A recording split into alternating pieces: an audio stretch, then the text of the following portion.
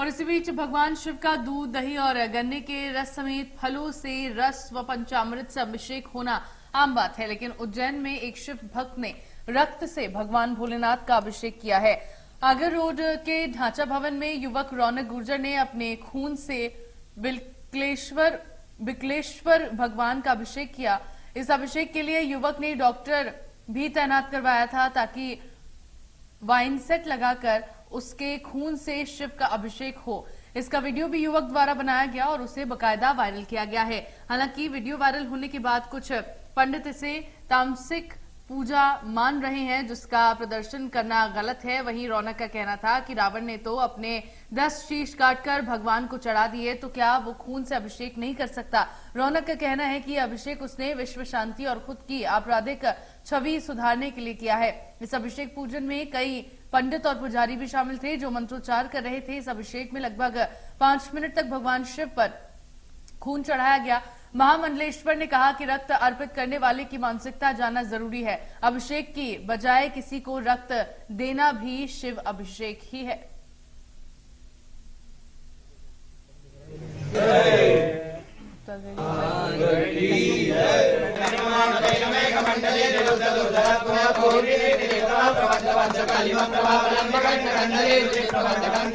ये भाव यदि मान लिया जाए तो हम यदि अपना रक्त किसी बीमार को दान करते हैं तो वो भी शिवाभिषेक ही है।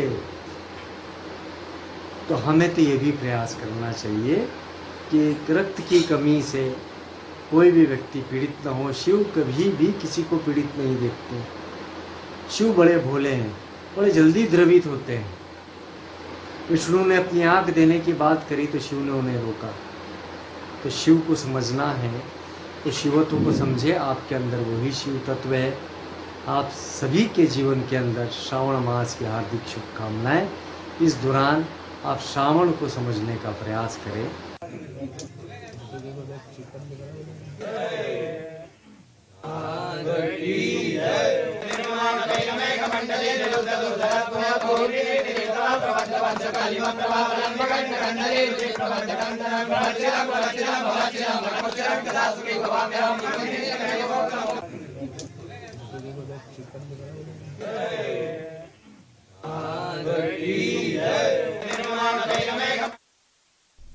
और खबर पर ज्यादा जानकारी के लिए संवाददाता प्रेम डोडिया मेरे साथ जुड़ गए हैं। प्रेम, अपने खून से भगवान शिव का जलाभिषेक इस व्यक्ति ने किया है।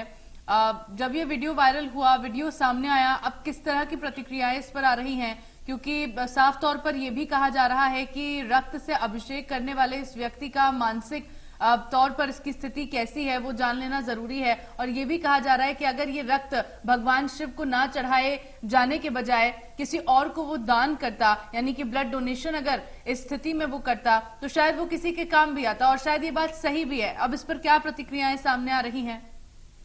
देखिए, सबसे पहले जो महामंडलेश्वर ने जो बात स्पष्ट की कि जो व्यक्ति है उसकी मानसिक स्थिति या उसका जो संकल्प है वो पता कर लेना चाहिए।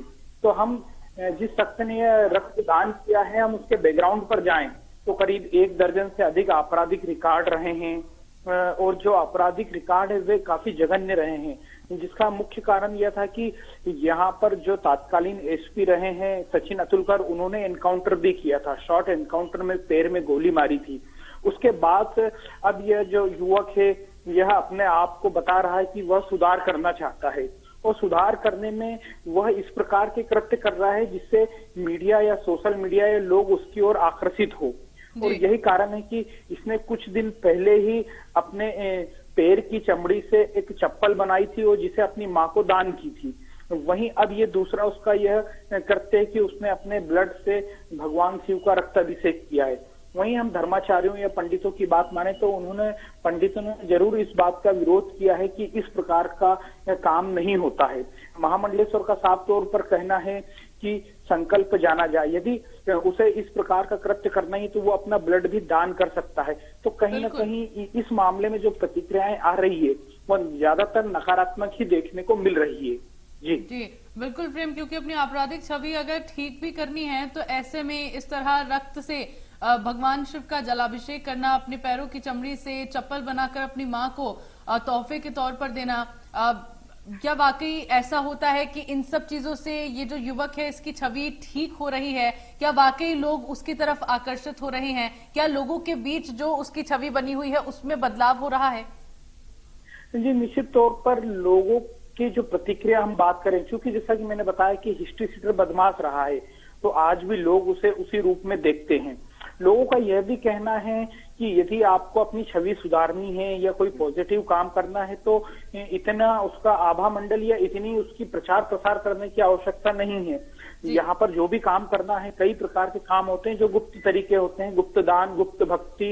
यदि इसी प्रकार का उसे यह रक्त अभिषेक करना था तो वीडियो क्यों बनवाया और क्यों उसे खुद ने ही सोशल मीडिया पे वायरल किया और खुद का इंटरव्यू भी दिया। तो कहीं ना कहीं लोग आज भी इसे यही कह रहे हैं कि पुलिस द्वारा जो सख्ती की जाती है, जो लगातार हिस्ट्री सीटर बदमाश या गुंडे अपराधों पर, त्योहारों पर या अन्य अन्य मौके पर जो उन्हें प्रतिबंधित किया जाता है, तो उन सब चीजों से बचने के लिए इस प्रकार के यह हथकंडे अपनाए जा रहे हैं। चलिए ठीक है प्रेम, बहुत बहुत शुक्रिया आपका तमाम जानकारी साझा करने के लिए।